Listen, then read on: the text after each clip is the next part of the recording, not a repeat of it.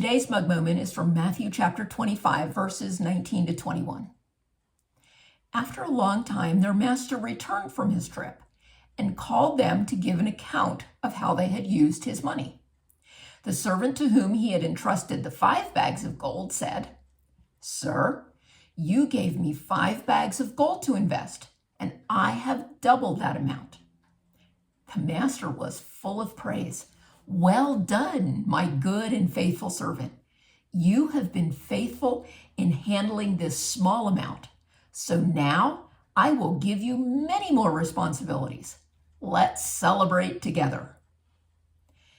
Remember, this is a story that Jesus used to illustrate the kingdom of heaven.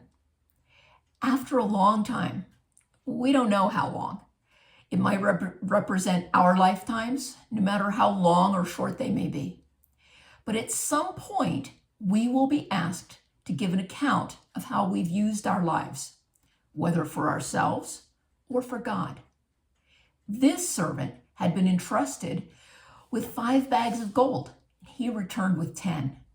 He was praised with the words that have been repeated often. "Well done, my good and faithful servant."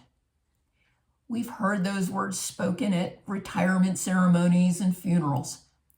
But the time we should most desire for them to be said about us is on our arrival in heaven.